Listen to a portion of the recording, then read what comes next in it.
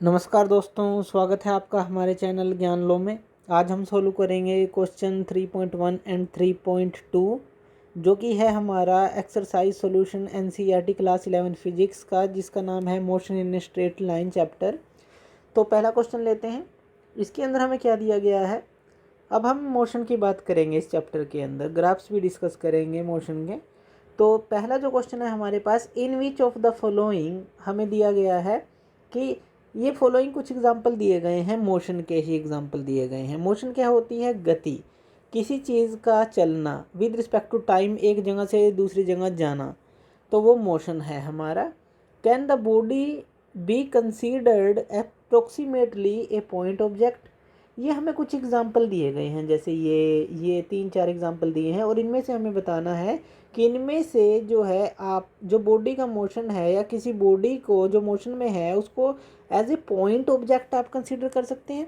तो पहले तो समझते हैं कि पॉइंट ऑब्जेक्ट कहने का हमारा मतलब है क्या। अब मान लीजिए अगर आप जैसे मान लीजिए अर्थ है, अर्थ पर बाहर से कोई चीज़ गिर रही है, या कहें कि काफ़ी दूर है, जैसे एक एरोप्लेन है काफ़ी दूर है, तो आप उसको जो है, अब इन दोनों के बीच का डिस्टेंस काफ़ी ज़्यादा है, तो आप इसको एज ए पॉइंट ऑब्जेक्ट जो है मान सकते हैं, क्योंकि वो बहुत ही छोटा आपको दिख रहा है। अगर अर्थ और जहाज़ के बीच का डिस्टेंस बहुत ज़्यादा है, यानी कि बस देखने का आपका जो तरीका है उससे ही आपको ये क्वेश्चन सोल्व करना है कि वो पॉइंट ऑब्जेक्ट हो सकता है या नहीं। अप्रोक्सीमेटली की बात की है, बिल्कुल पॉइंट नहीं, कि अप्रोक्सीमेटली आपको बहुत ही वो छोटा दिखाई दे रहा है, एज ए जहाँ पर हैं आप और वो कितनी दूर है, इस तरह से कोई भी चीज़ हो सकती है पॉइंट ऑब्जेक्ट, आप उसको ले सकते हैं। वही इन एग्जाम्पल के अंदर हमें बताना है। तो पहला example, a railway carriage moving without jerks between two stations. अब हमें पता है, देखिए जो रेलवे स्टेशन होते हैं वो एक दूसरे से काफ़ी दूर दूर होते हैं, तो हम यही लेकर चलेंगे कि एक स्टेशन मान लीजिए यहाँ पर है, दूसरा स्टेशन ही मान लीजिए यहाँ पर है, और बीच में एक रेलवे कैरिएज है, यानी कि रेल का डिब्बा जो है वो मूव कर रहा है। तो क्या एक और दूसरे स्टेशन के बीच में, अगर आप कहीं दूसरे स्टेशन पर हैं, आपको ये रेल दिखाई भी नहीं दे रही, तो क्या आप इसको पॉइंट ऑब्जेक्ट कंसीडर कर सकते हैं, या बहुत ही आपको दूर से दिखाई दे रही है, तो बिल्कुल आप इसको पॉइंट ऑब्जेक्ट कंसीडर कर सकते हैं। तो यहाँ पर पॉइंट ऑब्जेक्ट ये होगा हमारा जो कैरिएज है, और बिटवीन टू स्टेशंस यानी कि डिस्टेंसेस जो हैं उनसे अगर हम कंपेयर करें, कंपैरिजन में ही आप इसको बता सकते हैं। तो टू स्टेशन के बीच का जो डिस्टेंस है उससे कंपेयर करें, जो कैरिएज मूव कर रही है तो वो जो है एक तरह का पॉइंट ऑब्जेक्ट है। दूसरा, a monkey sitting on the top of a man cycling smoothly on a circular track. अब एक सर्कुलर ट्रैक है, जैसे एक स्टेडियम है मान लीजिए, और आप स्टेडियम के कॉर्नर पर बैठे हैं, इस तरह से एक सर्कुलर ट्रैक है, और वहाँ पर कोई इंसान जो है साइकिलिंग कर रहा है इस सर्कुलर ट्रैक के ऊपर, और उसी इंसान के कंधे पर मान लीजिए एक मोंकी बैठा है। तो आपको तो दूर से साइकिल वाला ही अच्छी तरह से क्लियर दिखाई नहीं देगा, तो मोंकी भी जो है उसके ऊपर बैठा है, और उसके अंदर हमें मोंकी के बारे में ही बताना है। तो मोंकी को क्या आप पॉइंट ऑब्जेक्ट कंसीडर कर सकते हैं? तो बिल्कुल आप मोंकी को भी एक पॉइंट ऑब्जेक्ट कंसीडर कर सकते हैं, क्योंकि जो सर्कुलर ट्रैक है ये काफ़ी बड़ा है, और उसके कंपैरिजन में मोंकी जो है एक साइकिलिंग करते मैन के ऊपर बैठा है, तो वहाँ पर आप उसको एक पॉइंट ऑब्जेक्ट कंसीडर कर सकते हैं। नेक्स्ट जो है, ए स्पिनिंग क्रिकेट बॉल। अब इसके अंदर जो है हमारे पास एक स्पिनिंग क्रिकेट बॉल है, और spinning cricket ball that turn sharply on hitting the ground, जो कि एकदम से शार्पली टर्न हो जाती है ग्राउंड को हिट करते ही।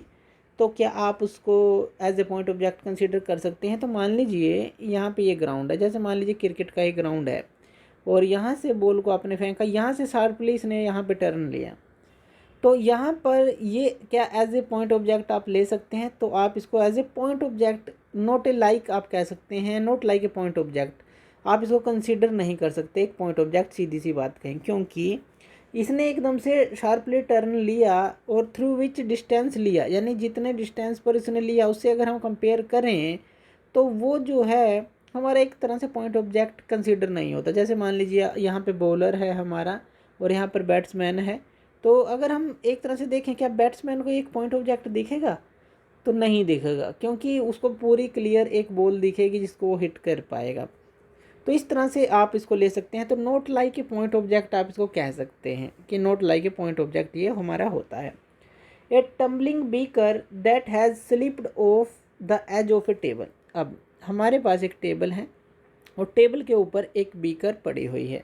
मान लीजिए ये इस तरह से एक टेबल हमने बना लिया और यहाँ पर एक बीकर है यहाँ पर, और टम्बलिंग बीकर है यानी कि वो आपने उसको हिला दिया, हिलती डुलती वो इससे जो है नीचे गिर पड़ती है। तो अगर जो है यहाँ से ये जो इसकी हाइट है, इस टेबल की हाइट मान लीजिए h है, और इसके साथ इस कंपेयर करें इसके साइज़ को इस हाइट के साथ, तो नॉट ए पॉइंट ऑब्जेक्ट, ये भी एक तरह का पॉइंट ऑब्जेक्ट नहीं होता, या कहें कि आप इसको भी कंसीडर नहीं कर सकते। तो यहाँ पर ये भी not like a point object होगा अगर हाइट से इसके साइज़ को कंपेयर करते हैं। तो इस तरह से बहुत दूर की चीज़ें हैं, यानी कि बड़ी से आप किसी काफ़ी बड़ी चीज़ है किसी एक चीज़ को कंपेयर कर रहे हैं तो पॉइंट ऑब्जेक्ट होता है। जैसे काफ़ी बड़ी बिल्डिंग है और उसके सामने एक कार खड़ी कर दें, आप ऊपर से उसको देखें बिल्डिंग के टॉप से, तो लाइक ए पॉइंट ऑब्जेक्ट है। देखने का नज़रिया आपका जो किस तरह का है वही जो है आपका डिसाइड करता है कि आपको किस तरह का दिख रहा है, पॉइंट ऑब्जेक्ट है या नहीं है। तो इस तरह से आप उसको क्लियर कर सकते हैं।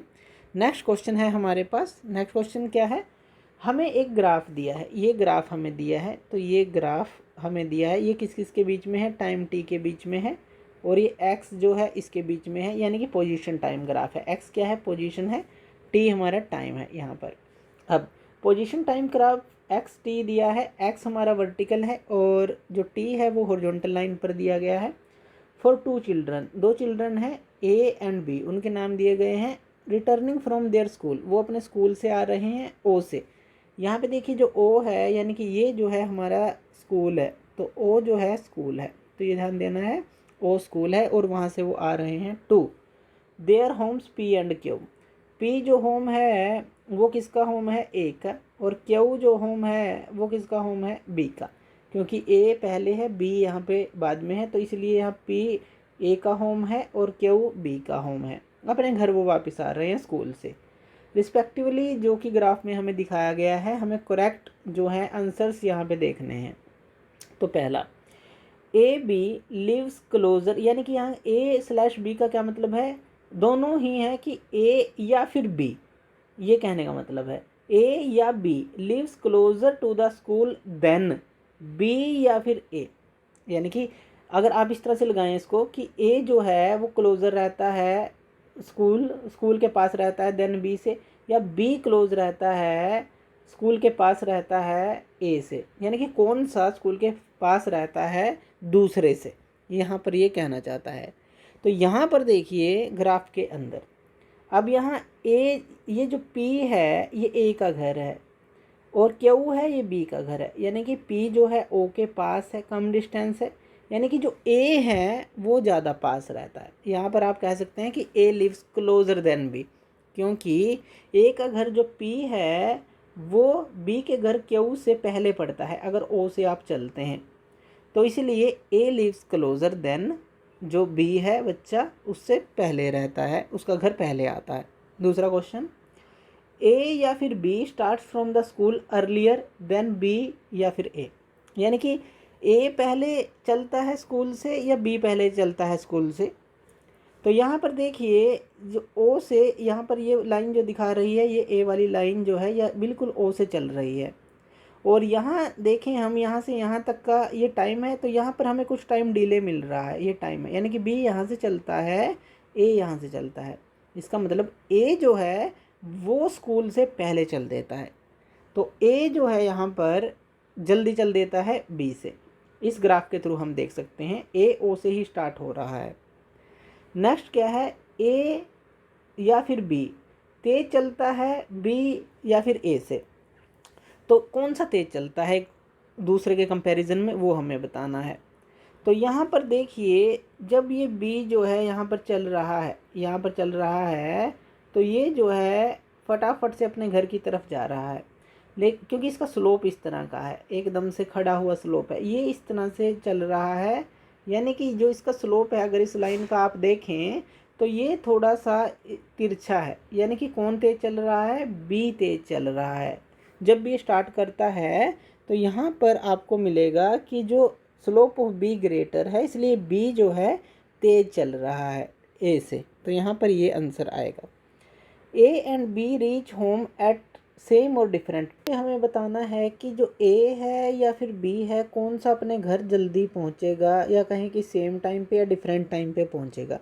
तो इसके लिए हमें क्या करना पड़ेगा, जो ये हमें ग्राफ दिया है इसको अच्छी तरह से समझना पड़ेगा। अब देखिए ये जो स्लोप है ए लाइन का और बी लाइन का, पहले तो हम इनकी जो लाइंस हैं वो ड्रा कर लेते हैं, यानी कि पी से हम एक सीधी लाइन ड्रा कर लेते हैं। जो ए का होम है तो उसको हम ए के साथ ही कट करेंगे, तो ये हम यहाँ तक ड्रा कर लेते हैं। और क्यू से भी हम एक सीधी लाइन ड्रा कर लेते हैं जो कि इस पे कट करेगी जो हमारी बी का होम है। तो ये हम पहले डिस्कस कर चुके हैं। तो यहाँ से अगर हम वर्टिकल्स गिराएं, जैसे कि हमने कि यहाँ से गिराया और इसको हम आगे की तरफ मिला देते हैं, यानी कि यहाँ कहीं जाकर ये जो इससे मिलेगी यहाँ कहीं जाकर, और यहाँ से भी हम वर्टिकल गिराएं इस तरह से जो टाइम वाला हमारा लाइन है उसके ऊपर, तो हमें साफ यहाँ पे देखने को मिलता है कि ये ओ है और ये जो हमारा बी का होम था क्यू, और ये ए का होम था जो पी था। तो बी जो है जल्दी पहुँच जाता है और जो ए है वो लेट पहुंचता है, यानी कि यहाँ से यहाँ तक का जो टाइम है मान लेते हैं अगर t1 है, और यहाँ से यहाँ तक का टाइम ये जो है t2 है, तो t2 जो है ज़्यादा है, यानी कि जो ए है वो लेट पहुंचता है और बी जो है वो जल्दी पहुंच जाता है, क्योंकि ये t1 टाइम में ही पहुंच जाता है। अब इसके अंदर यहाँ पर आएगा कि ये डिफरेंट टाइम में, यानी कि यहाँ पर आप क्या लिख सकते हैं कि ये जो है डिफरेंट टाइम में अपने घर पहुँचेंगे अकॉर्डिंग टू ग्राफ। ग्राफ के अकॉर्डिंग है, ग्राफ किस तरह का भी हो सकता है। तो डिफरेंट टाइम में पहुँचेंगे इस ग्राफ के अकॉर्डिंग, और बी जो है जल्दी पहुँच जाएगा। तो इसलिए हमने इस ग्राफ को क्लियर किया और इसको समझने के लिए आपको दोबारा से इसको समझाया। तो इस तरह से यहाँ पर ये डिफरेंट टाइम में पहुँचेंगे अपने घर, बी जल्दी पहुँच जाएगा। A overtakes B on the road या फिर B overtakes A on the road, कौन सा किसको ओवरटेक कर रहा है। अब यहाँ पे देखिए जो बी है ए को, अब ए तो इस तरफ चल रहा है, वो स्टार्टिंग से चला, तो ये पहले जो है यहाँ पे चला और बी ने फिर चलकर इसको क्रॉस किया। तो यानी कि जो बी है उसको, वो जो है ए को एक बार वंस जो है क्रॉस करता है यहाँ पे वंस, क्योंकि देखिए एक कट है, बी ए की तरफ जा रहा है, एक कट है यहाँ पर, तो ए वंस जो है वो उसको क्रॉस करता है। तो इस तरह से आप समझ सकते हैं इन दोनों ही क्वेश्चंस को। तो थैंक यू वीडियो देखने के लिए, और इसी तरह की वीडियोज़ के लिए आप हमारे चैनल ज्ञान लो पे हमें सब्सक्राइब कर सकते हैं। धन्यवाद।